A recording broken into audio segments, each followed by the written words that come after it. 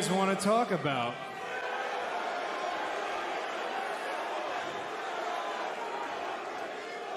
I'm reminded from that last match about a man who once sat on stage just like that, looked in a ring just like this, and he gave one of the most important addresses in the history of our sport. It inspired thousands of would-be wrestlers. It mobilized literally millions of fans. It was the first hint of a revolution. I am talking about CM Punk and the pipe bomb. Someone told me to save this promo, but I honestly don't know if I'm gonna get the chance, so I'm gonna do it now. In that interview, that was the first whiff of a revolution. He laid out a road map. He listed things that for him, for somebody like me, were taboo at the time. Things like going to New Japan Pro Wrestling, working with Ring of Honor. And ultimately, he would talk about teaming with the Young Bucks. As destiny would have it, as fate would have it, he was unable to do those things, but he would join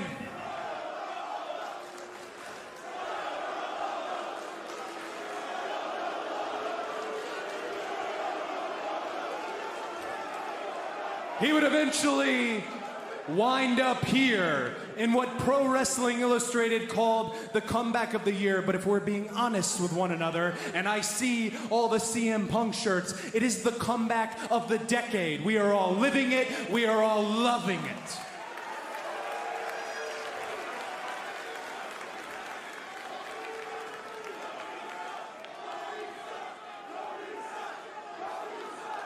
But in his absence, in the void that CM Punk left behind, somebody did do each and every one of those things.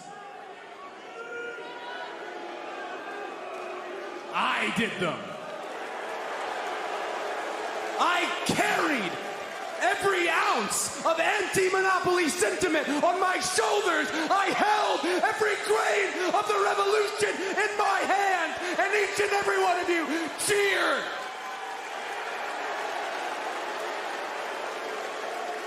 You want to ask why I won't turn heel? It's because you cheered me when I needed the most. When it says there is more than one royal family in wrestling, I am talking about me and all of us.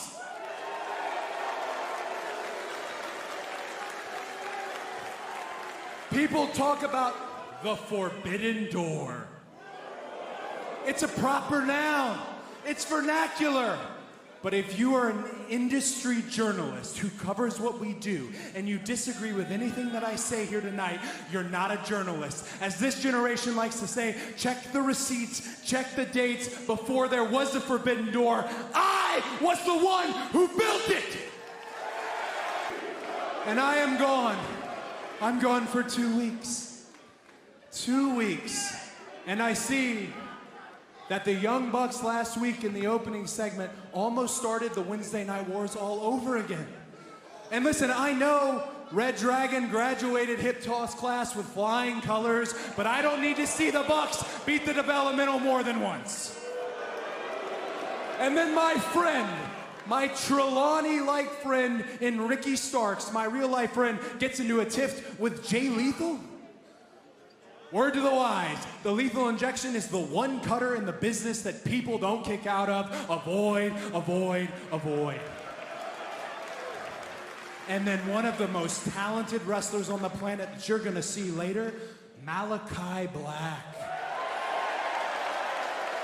A guy who hung 2 losses on my name, and everybody knows I hate to lose.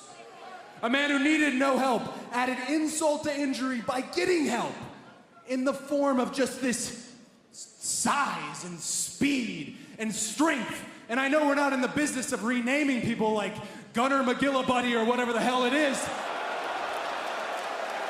But not just speed and strength, balls. Because if you come to AEW and you call yourself Brody, you've got balls. And I'll let you find out in 8 years what a mistake that was when that kid shows up. But speaking of Brody, speaking of Darby, of Miro, and of the TNT champion, Sammy Guevara. These are men, a lineage, a legacy of champions who taught you what you had been taught against. Everyone had been conditioned for 20 years that any title that doesn't have the word world in it is a secondary belt. But we don't have secondary belts. The only way it's secondary is because right now, there's two.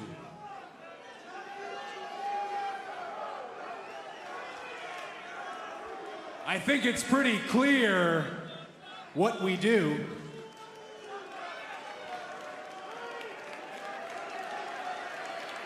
I know Tony Khan has sent a contract in the mail to Sammy Guevara and myself. Maybe it's not the contract I wanted.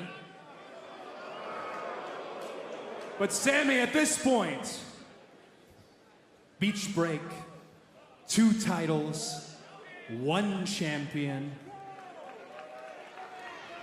Oi, Sammy Guevara, what do you say?